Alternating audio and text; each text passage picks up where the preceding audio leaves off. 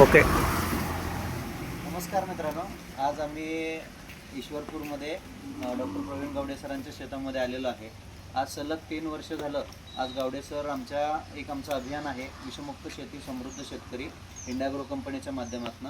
आज सरांच्या शेतामध्ये 3 वर्ष झालं. आज सेंद्रिय शेतीचे सगळे हे भूवस्त्र ग्रोमॅजिक हे प्रोडक्ट आम्ही वापरायला लागलो आहे.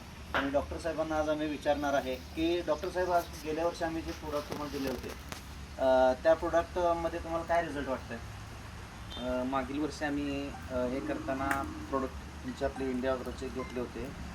तर त्याच्यानंतर शेतीमध्ये जरा मातीमध्ये सुधारणा झालेली आहे. ओके.